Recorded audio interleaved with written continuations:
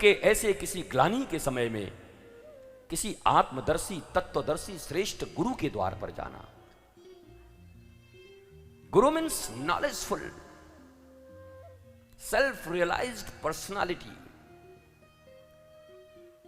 आत्मदर्शी तत्वदर्शी, उनके द्वार जाना। तुम्हारे मित्र तुम्हारे जैसा ही कुछ ना कुछ सलाह दे देंगे, डूब जाओगे। शराबी का मित्र शराबी, कबाबी का मित्र कबाबी, तुम्हारे जैसे का मूर्ख तुम्हारे जैसा होगा। जितनी बुद्धि तुम्हारे पास उतनी बुद्धि उसके पास। इसलिए जीवन के ऐसे क्षणों में, और दे साउंड दे, तेरा पेट्रोल खर्च हो रहा है, मजाक कर रहा है, 3 घंटे बैठा कर तो मेरी तरफ देखा कर।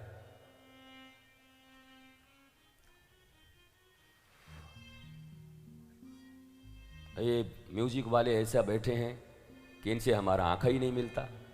ये अपना बंडल उठा के इधर नहीं किए 3 दिन से। स्टूडेंट जैसे पीछे बैठते हैं चोर की तरह, वैसे बैठे हुए हैं। टीचर से कौन डरता है? वही चोर की तरह पीछे कौन बैठता है? आंख न मिले कौन बैठता है? तुम बैठे हो। तुम्हारा काम है सामने बैठना। कब मौज आ जाए, कब तरंग छिड़ जाए, कब ऐसे इशारा कर दें, तो चोरी की तरह बैठे हुए। 3 घंटा गुजरे तो हमारा काम हो जाए। क्या काम? समर्पण करो, कौशस रहो, जागृत रहो। श्रोता के पास सोने का अवसर है, गाने वाले के पास सोने का अवसर है इधर उधर, पर जला स्वरूप वक्ता अगर 1 मिनट के लिए भी अनकॉन्शियस हो जाए तो क्या से क्या बोल जाएगा? क्या उसके मुंह से आवाज चली जाएगी? तो वो कॉन्शियसनेस रखना होगा आपको।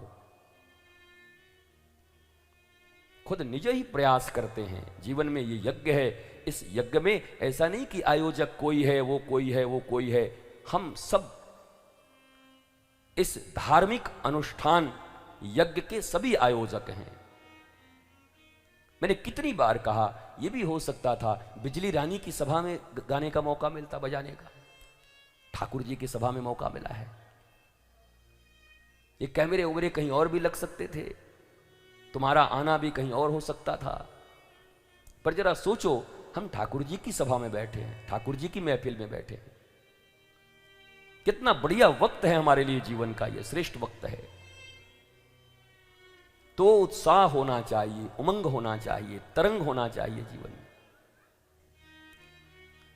कृतज्ञता के आंसू होने चाहिए आंखों में कथा श्रवण के समय। ओ हो, कैसे आकर हम लोगों के, देखो एक गंगा वो है जो गंगोत्री से निकल रही है, ऋषिकेश हरिद्वार होते हुए, संगम में संगमायित होते हुए, काशी होते हुए, कल कल्लोल वंतनी जाकर के हुगली में गंगा सागर में मिल जाती है। और एक ये गंगा है जिसके लिए न तुम्हें ऋषिकेश जाना पड़ रहा है, न हरिद्वार जाना पड़ रहा है, बल्कि ये कथा की गंगा तुम्हारे गांव में पहुंच जा रही है तुमको स्नान कराने के लिए। तो उसके प्रति हृदय में कृतज्ञता का भाव होना चाहिए कि वाह वाह वाह भैया, वो गंगा तो बाहर को पवित्र करेगी, पर आंतरिक शुद्धि तो कोटि सूर्य समप्रभ, शास्त्र की वाणी, गुरु की वाणी, हरि का नाम और विशुद्ध ज्ञान ही हमारे अंतर मन का प्रक्षालन कर सकता है। और दुनिया में जितने भी दुख हैं वो शारीरिक तो इतने हैं, सारे दुख कष्ट मानसिक हैं। और मानसिक रोग से निवृत्ति का एक ही उपाय है,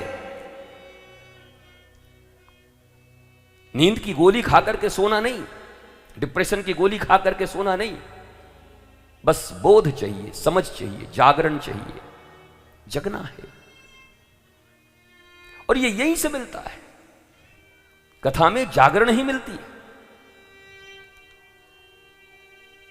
भीतर से जग जाओगे, कोई एक ऐसी वाणी लग जाएगी, ओ हो मैं तो इसी के लिए दुखी रहता था, हमारी बात बन जाएगी। तो ये प्रबोध के लिए है। बाहर का स्नान न हुआ चलेगा, लेकिन करके आओगे तो ज्यादा अच्छा है। लेकिन ये आंतरिक स्नान है, मन शुद्ध हो जाता है, तरबतर हो जाता है। आह, मौज आ गया।